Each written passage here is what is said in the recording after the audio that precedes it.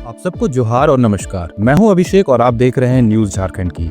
यहाँ मिलती है झारखंड की हर छोटी बड़ी खबरों का डेली अपडेट। हम लाते हैं वो खबरें जो है महत्वपूर्ण, वो मुद्दे जो है चर्चा के काम में। तो वक्त हो चला है झारखंड की आज सुबह की 25 मुख्य खबरों को जानने का और उनसे अपडेट होने का। साथ ही अगर आप चैनल पर नए हैं तो चैनल सब्सक्राइब करके बेल आइकन प्रेस कर दे, जिससे आप तक झारखंड की हर महत्वपूर्ण खबर पहुंचती रहे। तो आइए शुरुआत करते हैं आज की पहली मुख्य खबर से।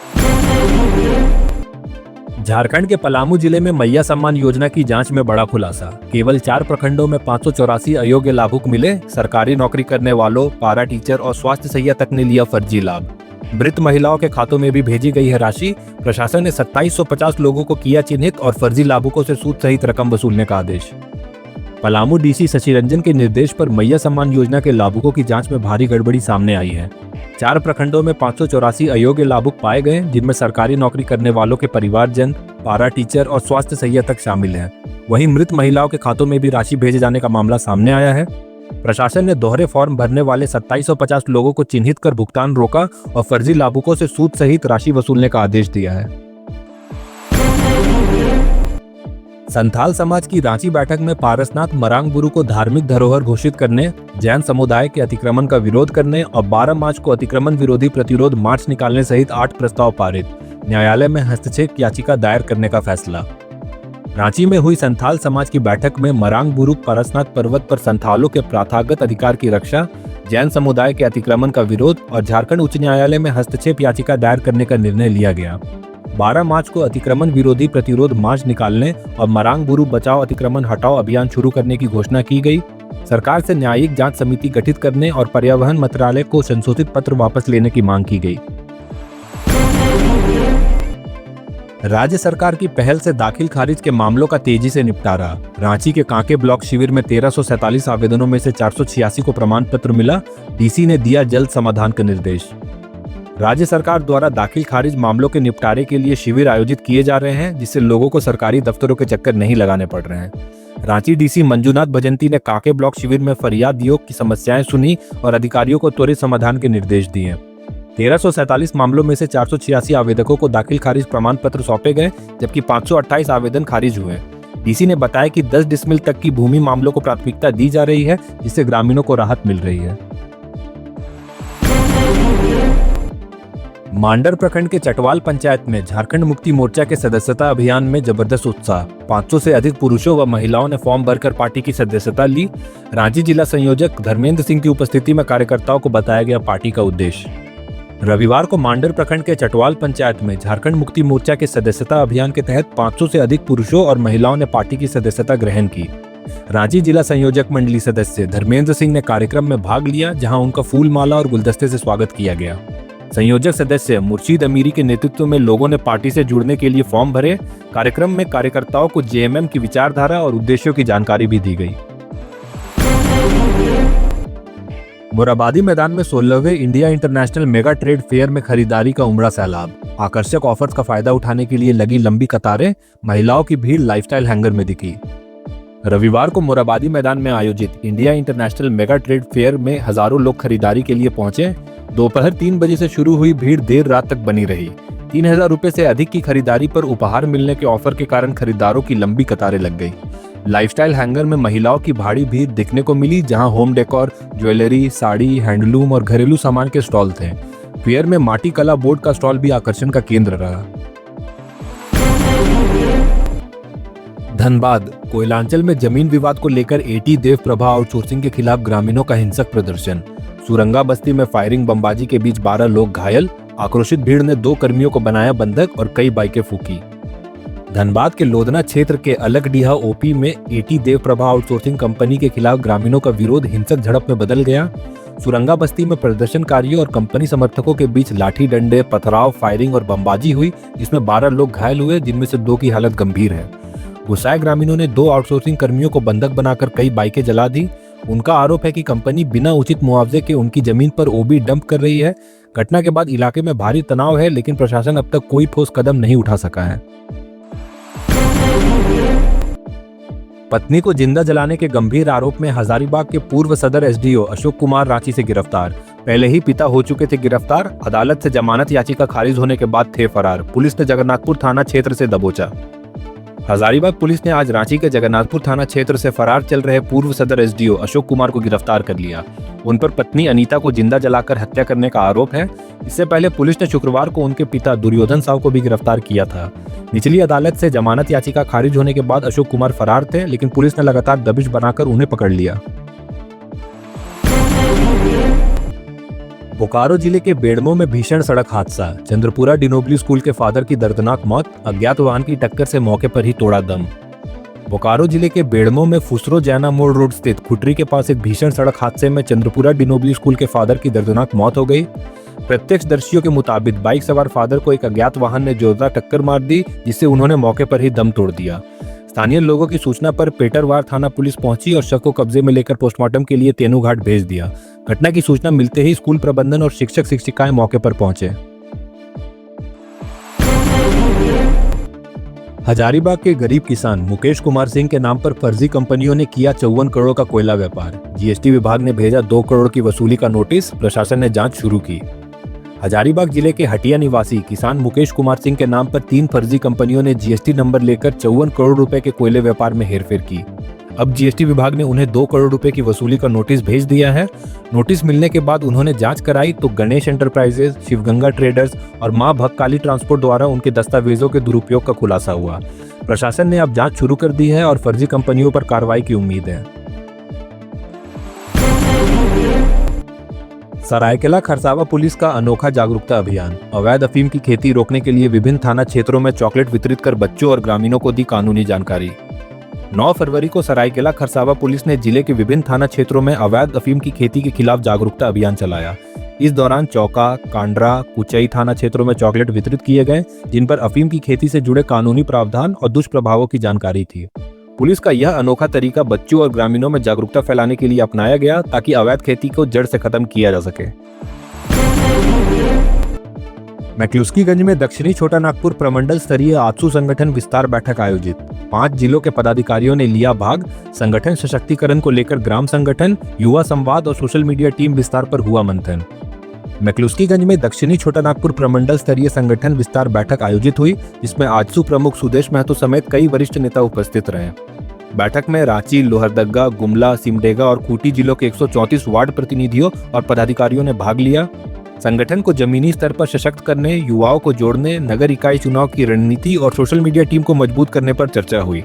अंत में सुदेश महतो ने संगठन विस्तार में तेजी लाने का निर्देश दिया और सभी से एकजुट होकर कार्य करने की प्रतिबद्धता जताई। आरपीसी मीडिया कप 2024, मयूराक्षी ने रोमांचक मुकाबले में भैरवी को 4 रनों से हराया। स्वर्णरेखा ने शंख को 60 रनों से दी करारी शिकस्त। मोहम्मद इमरान और प्रवीण मिश्रा बने player of the match. Ranchi press club द्वारा आयोजित आरपीसी मीडिया कप के तीसरे दिन मयूराक्षी ने भैरवी को 4 रनों से मात दी, जबकि स्वर्णरेखा ने शंख पर 60 रनों से बड़ी जीत दर्ज की। पहले मुकाबले में मयूराक्षी ने 119 रन बनाए, जिसमें मोहम्मद इमरान ने 51 रन जोड़े। जवाब में भैरवी की टीम 115 रन ही बना सकी। दूसरे मुकाबले में स्वर्णरेखा ने 152 रन बनाए, जहां प्रवीण मिश्रा ने 51 और अमोद साहू ने 47 रन बनाए। शंख की टीम 92 रन ही बना सकी। टूर्नामेंट के प्रायोजकों में Tata steel, Adani power, Alexa resort और जेके इंटरनेशनल स्कूल शामिल रहे। जमशेदपुर में नाबालिग लड़कियों की तस्करी का सनसनीखेज खुलासा। पुलिस ने परसुडी लोको कॉलोनी से निशु तियू को गिरफ्तार कर रांची की अंजलि कश्यप की तलाश तेज की। जमशेदपुर पुलिस ने परसुडी लोको कॉलोनी से निशु तियू नामक एक महिला को नाबालिग लड़कियों की तस्करी के आरोप में गिरफ्तार किया। पूछताछ में उसने स्वीकार किया कि वह रांची की अंजलि कश्यप के लिए लड़कियों को भेजती थी और इसके बदले उसे 10 से 15 हजार रुपए मिलते थे। निशु की अंजलि से मुलाकात दिल्ली में हुई थी, जहां से यह गोरख धंधा शुरू हुआ। पुलिस ने निशु को न्यायिक हिरासत में भेज दिया है और अब अंजलि कश्यप की तलाश जारी है। हाल ही में अंजलि एक बच्ची को दिल्ली ले जा रही थी, लेकिन रेलवे पुलिस ने बच्ची को बरामद कर लिया, जिसे सोमवार को कोर्ट में पेश किया जाएगा। जामताड़ा में बैंक से निकाले गए 5.7 लाख रुपए की डिक्की से चोरी का मामला सुलझा। गिरिडीह से आरोपी खुर्शीद अंसारी गिरफ्तार, 1.65 लाख रुपए और बाइक बरामद, साथ ही मंसूर आलम की तलाश जारी। जामताड़ा में 4 फरवरी को अज्ञात अपराधियों द्वारा बाइक की डिक्की से 5.7 लाख रुपए चोरी किए जाने के मामले में पुलिस ने गिरिडीह से खुर्शीद अंसारी को गिरफ्तार किया। पुलिस ने आरोपी के पास से 65,000 रुपए और वारदात में इस्तेमाल बाइक बरामद की, जबकि उसके साथी मंसूर आलम के घर से 1 लाख रुपए मिले। पुलिस ने सीसीटीवी फुटेज के आधार पर आरोपियों की पहचान की थी। एसडीपीओ विकास लांगुरी के अनुसार चोरी की गई रकम शादी के लिए बैंक से निकाली गई थी। आरोपी पहले से कई आपराधिक गतिविधियों में शामिल रहे हैं और पुलिस अब फरार मंसूर आलम की तलाश में जुटी है।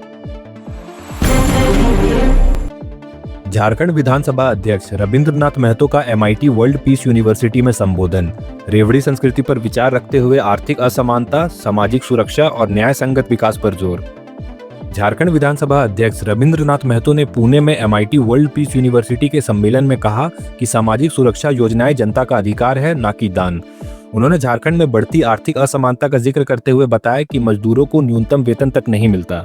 उन्होंने उद्योगपतियों को टैक्स में छूट मिलने की तुलना गरीबों को सरकारी सहायता से करते हुए कहा कि आर्थिक और सामाजिक न्याय के बिना समावेशी विकास संभव नहीं है।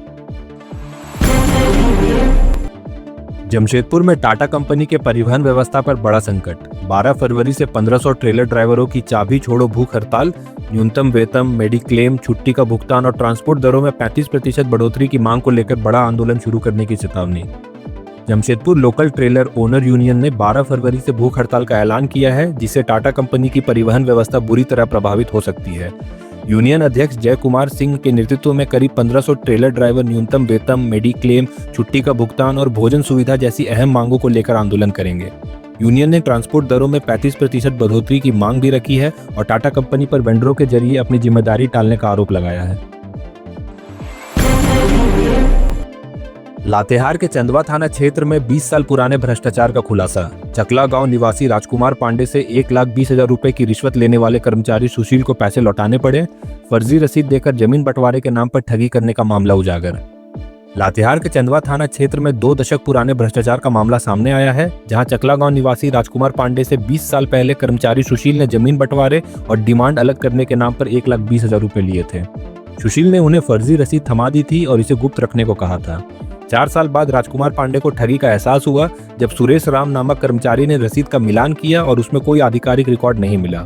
ठगे जाने के बाद पांडे ने सुशील से पैसे वापस मांगे, लेकिन वह लगातार टाल मटोल कर रहा था। अंततः मामले के उजागर होने के बाद उसे पैसे लौटाने पड़े।